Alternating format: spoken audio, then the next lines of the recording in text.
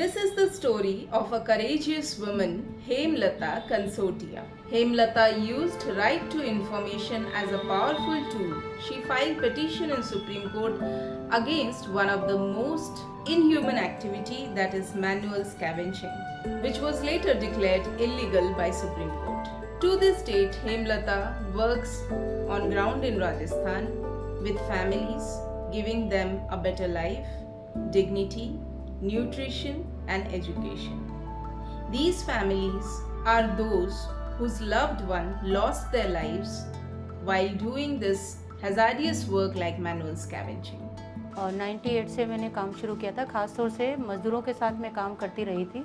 इसी दौरान 2007 में मेरे पास 3 निर्माण मज़दूरों का केस आया जो कि डेथ किए थे, और उस केस को जब मैं देखने निकली तो वो असल में डेथ निर्माण मजदूर साइट पे नहीं हुई थी, बल्कि सीवेज के अंदर हुई थी। गटर में ये 3 लोग मरे थे चैम्बर को साफ करते हुए, और ये मीथेन गैस लगने से इनका डेथ हुआ था। Back in 2006, when the nation was racing towards development, Hemlata Kansotia took a bold stand. By using the strongest tool, RTI, she took out information and filed a petition in the Delhi High Court against the inhuman practice of manual scavenging, a reality the society has long ignored. Years of hearing and debate followed, and in 2010, the Supreme Court declared this practice illegal. तो इस death case की जब मैं छानबीन कर रही थी तो मुझे इस पूरे मुद्दे को समझने का मौका मिला, इस पूरे काम को समझने का मौका मिला। तो पहली ये फैक्ट फाइंडिंग दिल्ली के उत्तम नगर के इलाके में डाबरी में की गई, जहाँ इनकी डेथ हुई थी। उस फैक्ट फाइंडिंग को लेके मैं अलग अलग तबकों से बात की और अलग अलग संगठनों से भी बात किया, और एक जनहित याचिका मैंने दिल्ली हाई कोर्ट में फ़ाइल किया।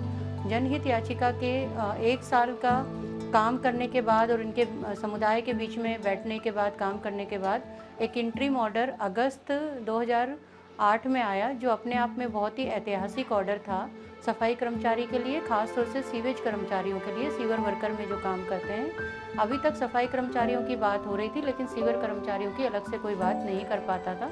However, laws alone don't change lives. Hemlata knew that real transformation happens on the ground. By standing with those most affected, she used not only empathy and courage but also power of transparency. By actively using the right to information, she exposed the loopholes, tracked government accountability, and ensured that rehabilitation schemes actually reach the people they were meant for. Today, she is actively working in Jaipur and Churu and other districts, supporting women who lost their husbands to this hazardous and degrading work.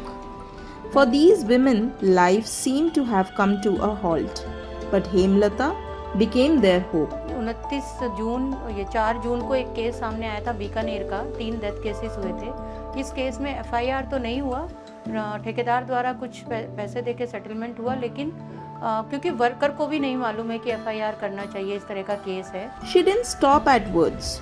She helped secure education, nutrition, and dignity for the next generation. Through the Palanhar Yojana, she has helped over 2,000 children access the right they deserve. मेरा ये कहना है कि किसी भी मानव को नहीं करना चाहिए।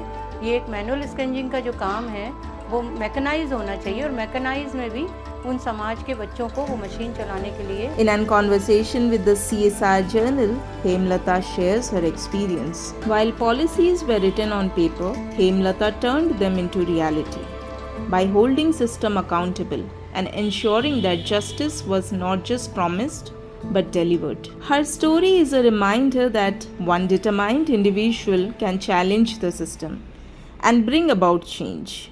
When compassion meets courage and transparency becomes a tool for empowerment.